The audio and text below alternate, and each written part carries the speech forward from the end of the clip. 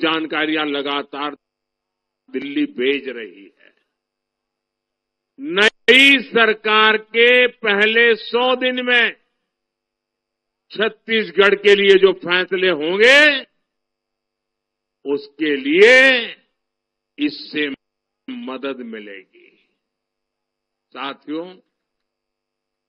कांग्रेस जब भी सत्ता में रही है उसने विकास को पटरी से उतारने का कांग्रेस और भी नहीं सकते हैं। इसके बजाय कांग्रेस जहां जहां सरकार में रही वहां हिंसा और भ्रष्टाचार चरम पर पहुंच गया।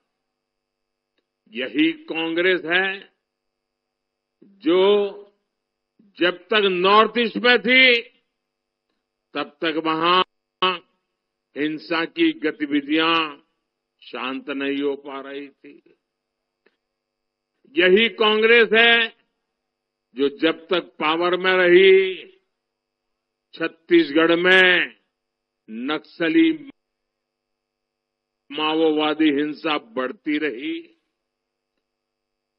आखिर कांग्रेस और हिंसा का ये कौन सा नाता है, कौन सा कनेक्शन है? जवाब है अपना कांग्रेस हिंसा को बढ़ावा देती रही, लोग जान गंवाते रहे, लेकिन कांग्रेस अपनी तिजोरी भरने में लगी रही। भाजपा सरकार ने छत्तीसगढ़ में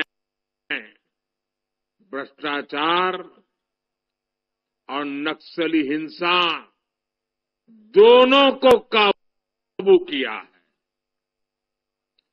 अब छत्तीसगढ़ में हो रहा है और मैं छत्तीसगढ़ को गारंटी देता हूं, माओवाद को, नक्सलवाद को जड़ से समाप्त करके रहूंगा। मैं हर माता को आश्वासन देता हूं कि आपके बच्चों की जिंदगी बर्बाद न हो, वो बंदूकें लेकर जंगलों में भटकने की आदि न बन जाए, इसलिए मैं आपके बच्चों की रक्षा के लिए हर मां को वादा करता हूं, मैं माओवाद नक्सलवाद को जड़ों से उखाड़ पर के रखूंगा।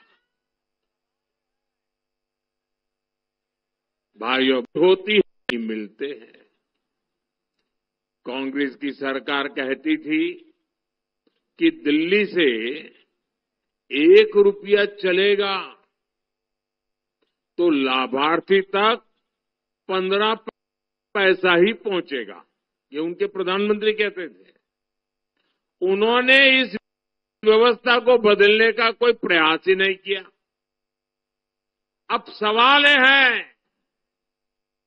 कि 1 रुपये में से 15 पैसा पहुंचता था तो ये 85 पैसे, 85 पैसे ये रास्ते में ही कौन सा पंजा लूट लेता था भाई।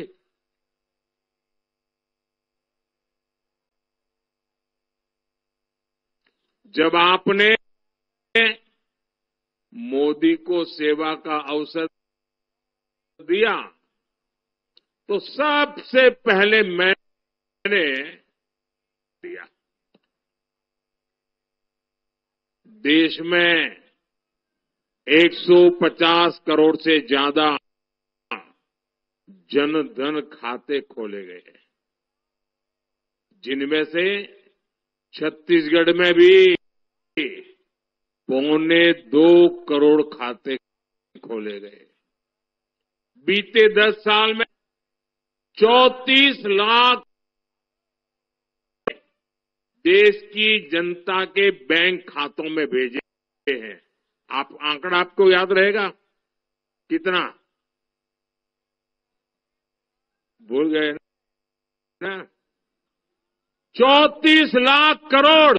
कितना? 34 लाख करोड़। अब 1 रुपये में से 15 पैसा पहुंचने वाला हिसाब लगाओगे तो क्या होगा?